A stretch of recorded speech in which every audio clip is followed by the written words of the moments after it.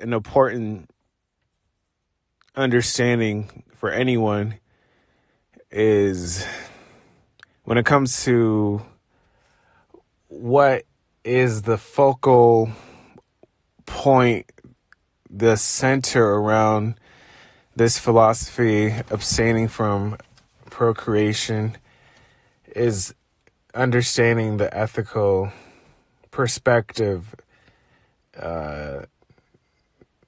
the philosophy looks to address and bring about.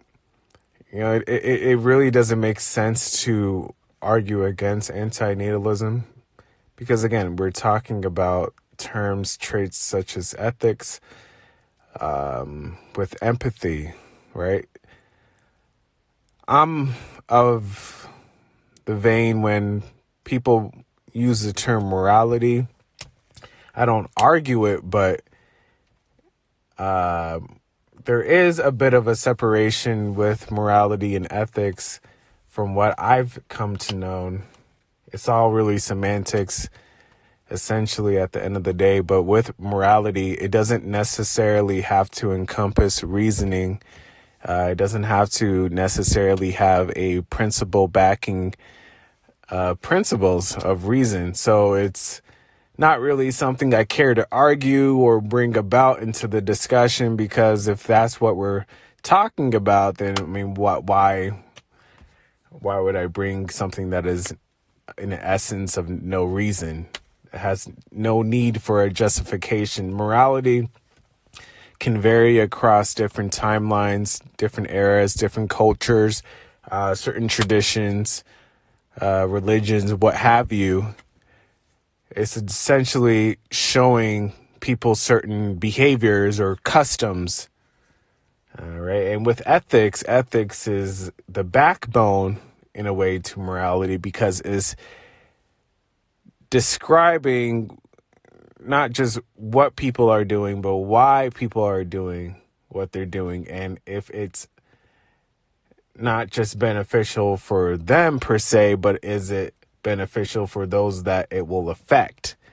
It's asking more so specific questions that are entailing to, again, the value system, the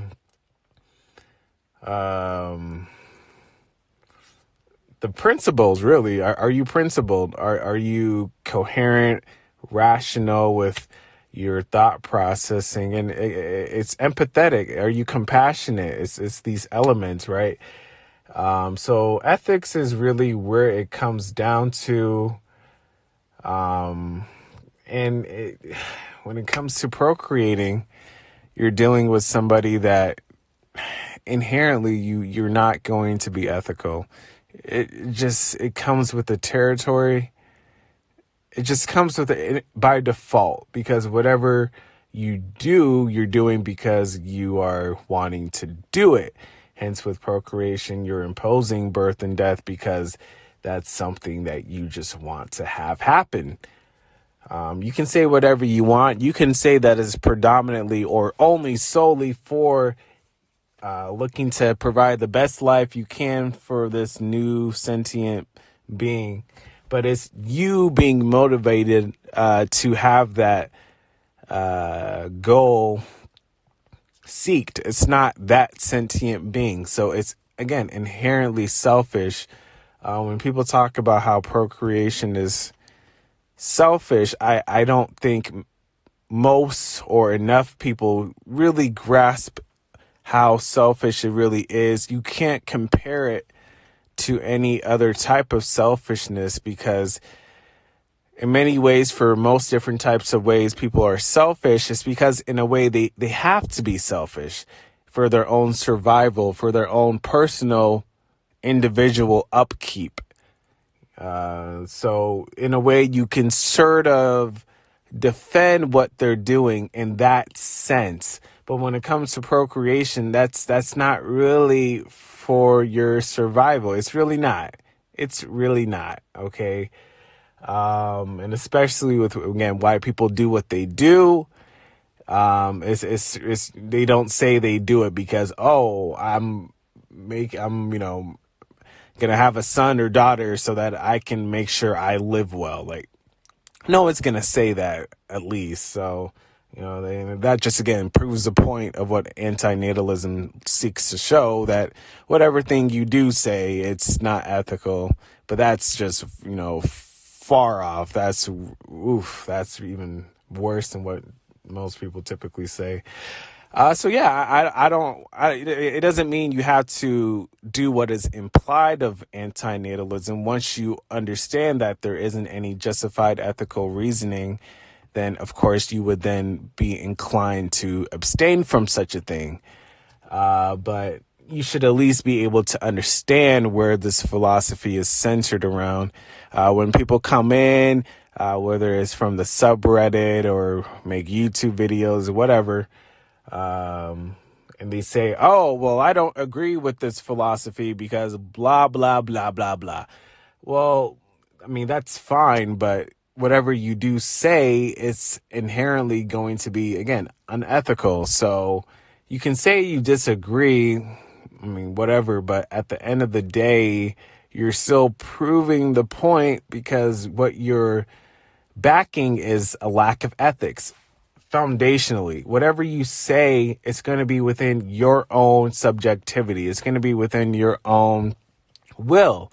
This is something that you're wanting to bring about. You can't have a child for the sake of that child. They're unborn. They have no desires. They have no wants, needs, anything here. You're the one that's imposing these things. And again, with life, you're going to suffer. If you have a body, you will suffer. So it's not just... A lot of times, again, this type of philosophy, people will say, oh, well, you're disregarding the bad, or you're disregarding the good. And yeah, we are in a way. But the thing is, if you're talking about a situation where there's good things and bad things, and this is all unnecessary, well, we need to pinpoint, why are we dealing with something that is bad? We shouldn't just look at what's quote unquote good. We have to see, well, why are we having to deal with such things that are bad in this equation? And it's not even just bad things. These are default bad. People look to get out of these states initially. Initially, we're founded upon deprivation. So it's not just these bad things are a fluke. They're inherent default into this integration, this system that, we have to live by. So again, it just doesn't make sense. You're talking about people that are looking at a half-centered perspective. They're the ones that should be regarding our side more so than us on this end regarding their side, because their side is the one that is engaging in an action. So when you're engaging in an action, that action should be critiqued. It should be analyzed more so when an action is all but a non-action. With antinatalism, not really doing anything in an ultimated sense. So again, it just, whatever they say, it's a lack of ethics, unless what I know about ethics is wrong. But from what I see, typical ethical standpoints and value systems within that framework is we should prioritize preventing before even mitigating harm, preventing pain, preventing hardship and suffering, before we prioritize obtaining and constituting pleasure and goodness. We should worry about eliminating bad before we look to create good, because there's no good without first taking care of the bad. You have to take care of the bad to then get so it's just fundamental stuff. I mean, this is very, very simple stuff. But it shatters a lot of people's, I don't want to even say delusions, but it shatters a lot of people's frameworks. So it puts them into a certain reality, or it lets them face this certain reality to this existence that people don't want to really face in front willingly for themselves. But it is what it is. Again, you don't have to be an antinatalist, but you should be able to see what's going on. And it's essentially ethics. The informal term is just screwed up. You're seeing something that is screwed up.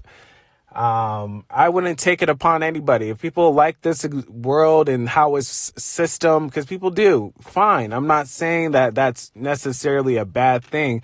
What the bad thing is that you're imposing this system on somebody else that can never want such a thing in the first place. And again, it's going to come with harm, inevitably. It's right innately imposed into the system. It's, again, not a fluke.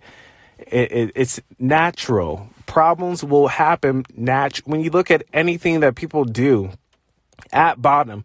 Anything anyone does is essentially fixing some type of problem. So we talk about the deficiency. It's fixing a problem. Literally anything you see anyone do, it can be just broken down to fixing a problem.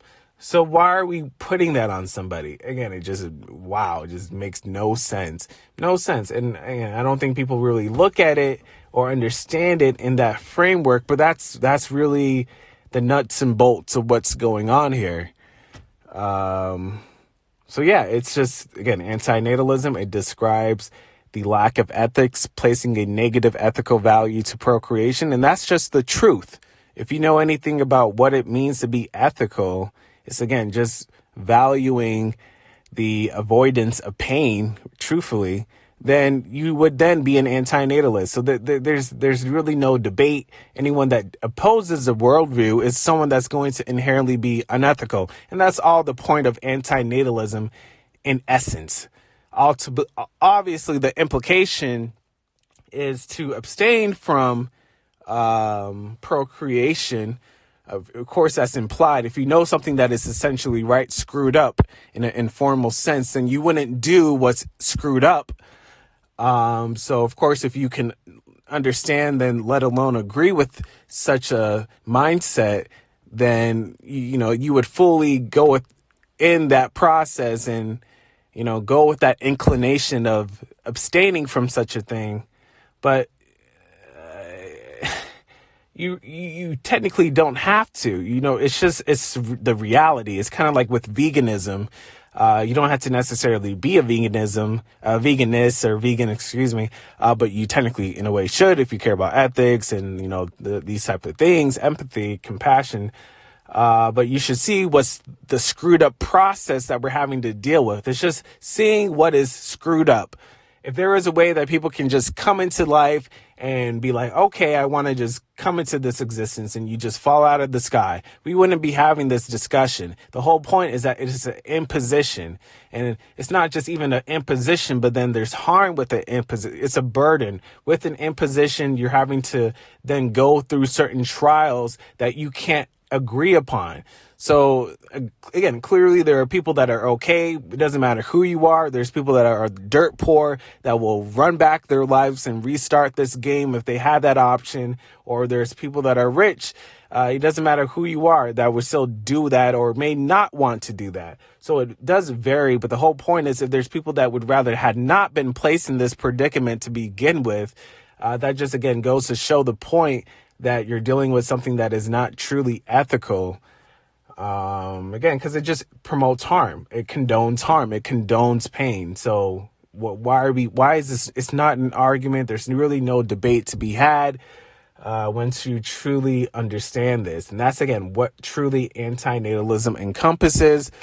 So just there's no reason to argue against it, because if you're arguing against it, you're not arguing within its framework. You're now talking about something that we're not even caring to talk about. You're essentially talking to a wall, because the points that you look to raise are points that we don't really care about. When we talk about, bloodline, my legacy, or, we need to still do this, technology, AI, or this is already going to happen anyway. Sentience will always arise. I mean, whatever that framework is not within ethics, and all antinatalism looks to at least pinpoint at bottom is that people are not ethical, in particular within their willingness to procreate. So again, people, when they're usually bantering or having issue with this philosophy, they're really coming from a place of a lack of understanding. And I hope that this video can clear things up.